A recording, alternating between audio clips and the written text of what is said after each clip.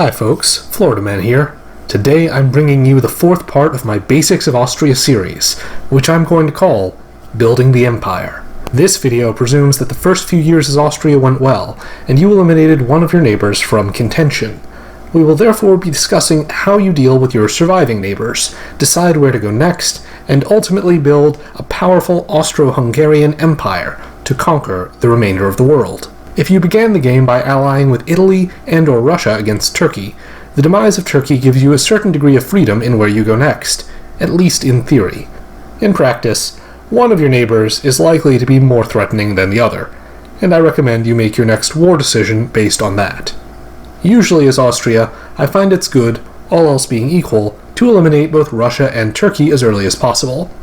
For that reason, I think it's usually pretty wise to make Russia your next target once Turkey is gone.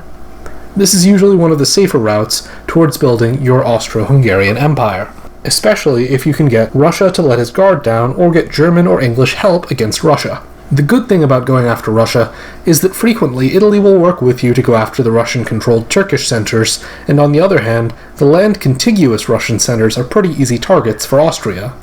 When Austria and Russia team up, frequently Austria is stronger by land, because Austria is more inclined to continually build armies than Russia, and Austrian-controlled centers are more tightly packed together, so you have a good shot at winning the fight with Russia, even without the element of surprise, as long as Russia doesn't get help from Italy or Germany.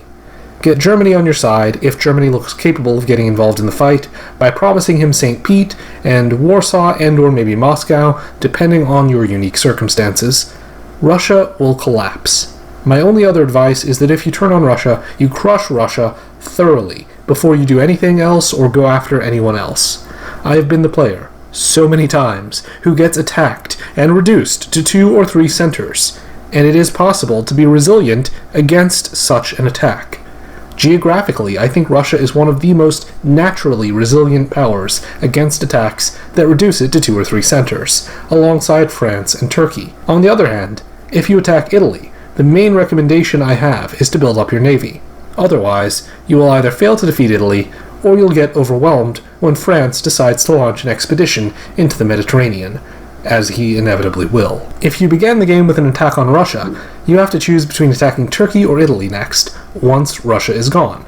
Most Austrians will be more inclined to turn on Turkey than on Italy, but I confess that I think which one you should pick is an entirely circumstantial question. If Turkey seems cooperative and seems to be engaged in the tangled Austro-Turkish alliance for the long term, I would probably give sticking with him a try. The great thing about sticking with Turkey here is that he can help you with all of your potential enemies. It's likely that you are letting Turkey have Moscow and/or Warsaw, or you're letting him have Greece and helping with Italy, or some combination of both. This means that theoretically Turkey could help you against Italy and Germany, and then he could lead the naval struggle against France. That would be some heavy lifting Turkey is doing for the alliance, and there's really no one else who can do so much for Austria in the game. By contrast, what can Italy do for Austria in the scenario that you and Turkey have killed off Russia? Only help you against Turkey, or serve as a meat shield against France, and it will usually be one or the other, because if Russia's gone, it's likely that France or England or Germany has died, and someone will be coming south soon to engage against Italy, unless the Italian is quite lucky or quite skillful in his diplomacy. So frequently, Italy will either be defending against France or England, or Italy will be attacking Turkey, only to get blindsided with a sudden French build of a fleet in Marseille. Italy won't be very much good to you after that.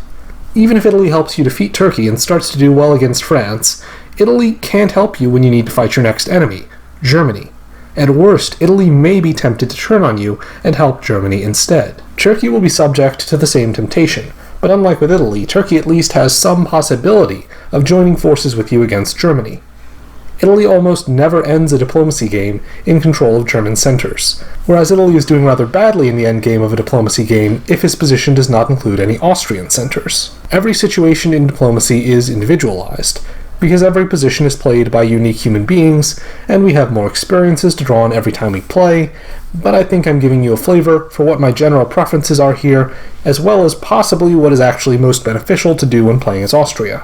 So please just consider the examples and hypotheticals I've posed here as a starting point for your own inspired strategies. If you can defeat 2 of your 3 neighbors as Austria, no matter which 2 they are, you're in reasonably good shape for the late game. And if you've played your cards really well, and perhaps had some luck on the other side of the map, you may be well positioned to seize complete power in the late game. I hope you've enjoyed this Basics of Austria installment. If you did, you should consider subscribing, so you'll get notice of the next video in the series, which will be called by the simple name, Basics of Austria Endgame. We also appreciate it when you like, subscribe, and comment, and our thanks go out to the special individuals whose names or usernames now appear on screen, who support the channel either through Patreon or through subtitle translations. Tune in next time for the pulse-pounding conclusion to the Basics of Austria series. Until then, Florida Man out.